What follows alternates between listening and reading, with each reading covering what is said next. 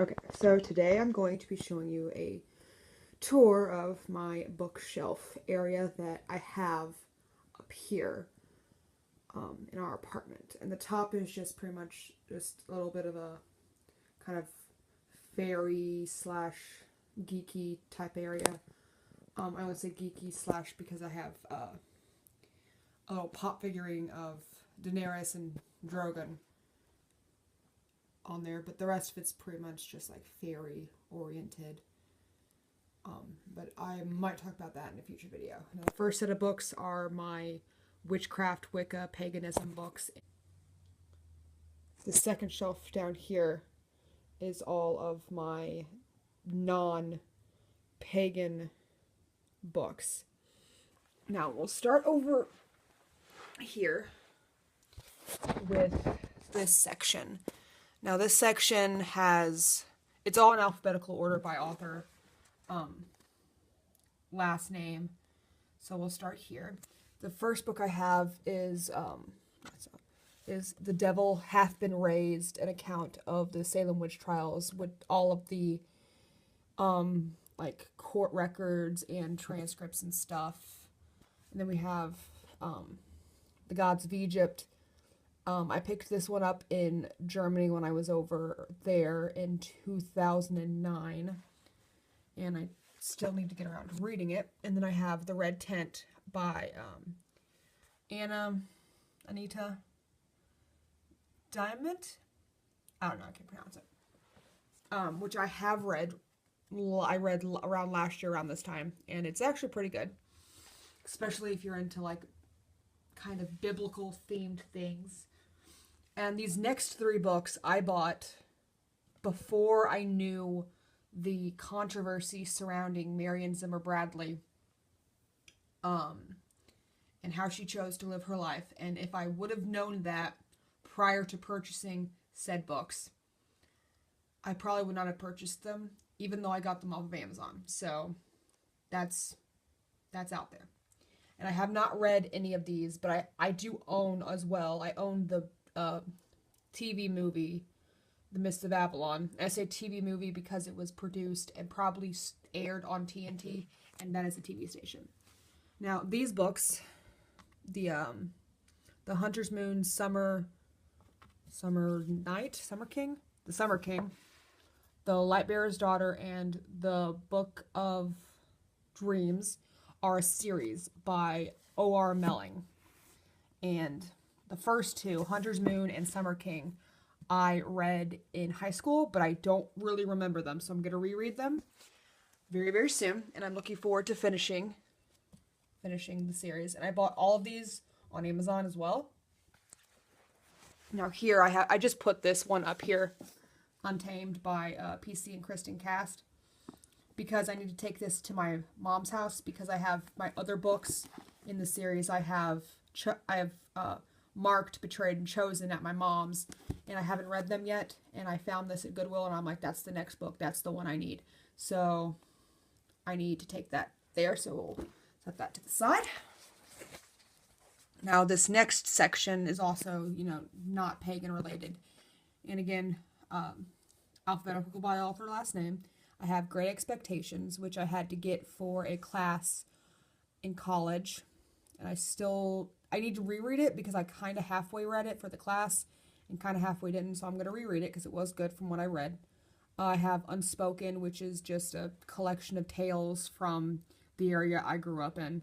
And then I have Coraline, which was a gift from one of my coworkers who knows I like books and knows I really like Tim Burton and I really want to see the movie, so he bought me the book that the movie's based on. And then I have 3 John Green books. I have Abundance of Catherines, which I have not read, The Fault in Our Stars, which I have read, and I was around on YouTube for the whole Fault in Our Stars mania, and it is, of course, made to movie. It was great and makes you cry. It's not a signed copy. There is no signing in my copy of The Fault in Our Stars, but I cried. I literally picked up this book, and just right when I picked it up and started putting it, let me fix this. putting it kind of, to the test to see if it would make me cry, which I was expecting that. I opened it and it was like to Esther Earl, and I'm like, nope.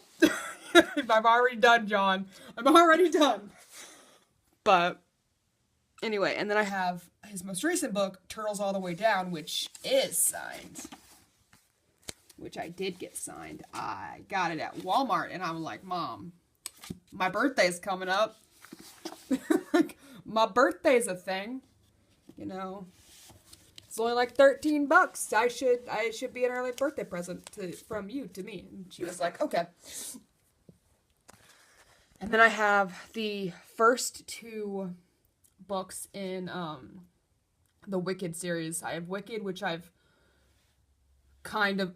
started reading, and I'm going to reread it because I don't really remember much that went on. And then I have Son of a Witch, which I have not read. Got this at Goodwill. And then I have Keeping You a Secret by Julianne Peters, which is about a girl who doesn't realize she's a lesbian and then realizes she's a lesbian and everything that entails with that. And then I have a Kathy Reichs novel, Break No Bones, which is the books that the TV series Bones is based off of. So I'm really interested in reading that. And then I have one of J.K. Rowling's non-Harry Potter books. I have The Casual Vacancy, which I've started reading, as you can see, but it's been a bit since I've read it, so I'm gonna have to reread it. And now we'll move on to the last section of books, which are less fiction, more kind of actual like non-fiction books. Okay, now on to my non-fiction-y book section. I have this is the only fiction book in this whole section. I have How to Save Fish from Drowning. It looked good. It was a Dollar Tree, so I bought it. And this book, and this book were all textbooks from when I was at college that I liked and I kept because I wanted to reread them. This one right here, like this looks like, it's gonna be boring as all get out, but it's actually hilarious. This book is so funny. Like, if you're into anthropology or anything like that, and you really want to kind of learn about biological anthropology, but you don't want to be bored to tears as some of the textbooks can, this one, An Alternative Introduction to Biological Anthropology by Jonathan Marks. Oh my god, get it. It's so good. It's so hilarious. You will die. You will laugh. I don't know how you can make evolution hysterical, but he does it. This one is anthropology related, but it wasn't a textbook. It's called Social Darwinism in American Thought. And I saw that at Goodwill, and I'm like, it's mine. I must have it. It's destiny. And then I got a Elder Scrolls Skyrim official game guide. And then I have a lesbian relationship book, which I got around the time where I started, realizing that I liked girls and kind of came out of that whole scenario. I have a crafting book for Halloween decorations, and I have a couple copies of National Geographic, one of which, I think this is the one. Yeah, this is the one. The Making of Becoming Jane, the documentary about Jane Goodall. So looking forward to reading that. And then I have the Pioneer Woman magazine, and this is just a blank book that is River Song's diary, but it's just a blank book. Haven't written it yet, but I will. So anyway, that's my books that are non-pagan related, and I will probably do a one for the top section, which is all my pagan books and my religious books. But that'll be next. So I hope you guys enjoyed it, and don't forget to check the links in the description for other places you can find me, including Facebook, Twitter, Instagram, and Patreon.